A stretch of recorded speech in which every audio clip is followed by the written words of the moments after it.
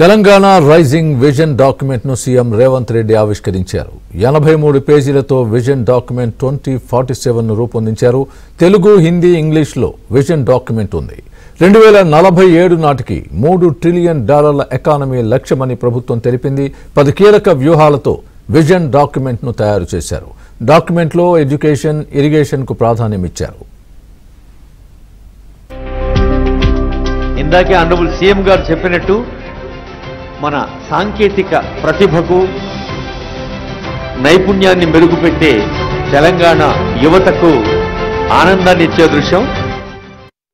తెలంగాణ ప్రజల యొక్క ఆకాంక్ష స్వేచ్ఛను, సామాజిక న్యాయాన్ని, సమానమైన అవకాశాలను అందించాలి అని తెలంగాణ రైజింగ్ 2047 విజన్ డాక్యుమెంట్ని ఈరోజు తెలంగాణ రాష్ట్ర ప్రభుత్వం తీసుకురావడం జరిగింది. 2047కు ఉన్న ప్రాధాన్యత, ఈ దేశానికి స్వతంత్రం వచ్చి 100 సంవత్సరాల విజయోత్సవాన్ని మనం నిర్వహించుకోబోతున్నాం.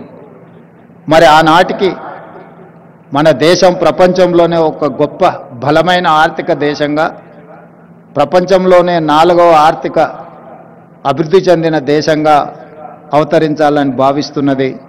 దానికి దేశ ప్రధానమంత్రి నరేంద్ర మోడీ గారు $30 ట్రిలియన్ ఎకానమీని టార్గెట్గా పెట్టుకొని వికసిత్ భారత్ కార్యక్రమాన్ని తీసుకొని ముందుకు వెళ్తున్నారు.